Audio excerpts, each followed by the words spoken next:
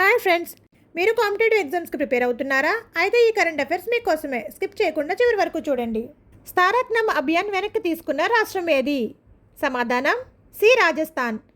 విద్యార్థుల ఇబ్బందికరమైన పేర్లను మార్చడానికి రాజస్థాన్ విద్యాశాఖ ప్రవేశపెట్టిన సార్థక్నామ్ అభియాన్ జాబితాలో వివాదాస్పద పేర్లు ఉండడంతో తీవ్ర వ్యతిరేకత వచ్చి ప్రభుత్వం దాన్ని వెనక్కి తీసుకుంది.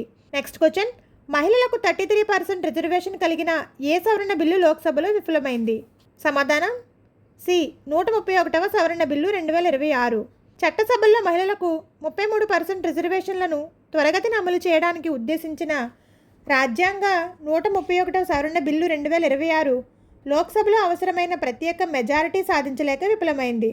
థర్డ్ క్వశ్చన్, పిఎఫ్బిఆర్ సామర్థ్యంలో భారత్ ఏ దేశం తర్వాత రెండో స్థానంలో నిలిచింది? సమాధానం B, Russia. Prototype fast breeder reactor సాంకేతిక మరియు సామర్థ్యంలో రష్యా మొదటి స్థానంలో ఉండగా భారతదేశం రెండో స్థానంలో నిలిచింది. Next one, world homeopathy summit season 4 ఎక్కడ జరిగింది?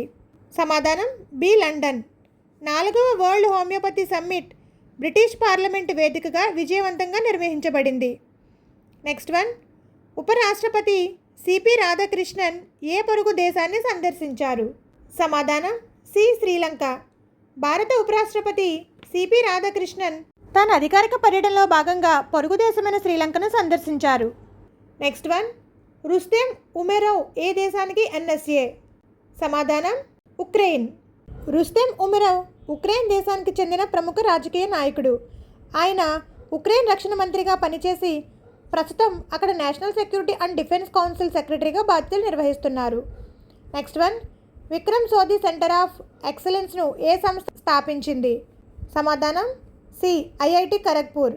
మైనింగ్ రంగంలో ఏఐ సాంకేతికతను ప్రోత్సహించడానికి ఐఐటి ఖరగ్పూర్లో ఈ ప్రత్యేక కేంద్రాన్ని ఏర్పాటు చేశారు. నెక్స్ట్ వన్, ఇటీవల ఆసియాలో అత్యంత ధనవంతుడు ఎవరు? సమాధానం బి, గౌతమ్ అదానీ.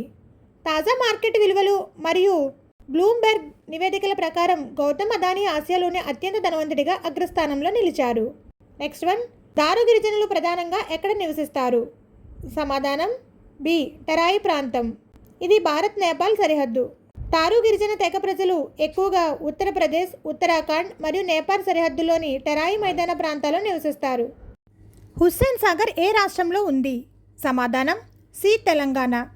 హైదరాబాద్ నడిబొడ్డున ఉన్న చారిత్రాత్మక హుస్సేన్ సాగర్ సరస్సు తెలంగాణ రాష్ట్రంలో ఉంది.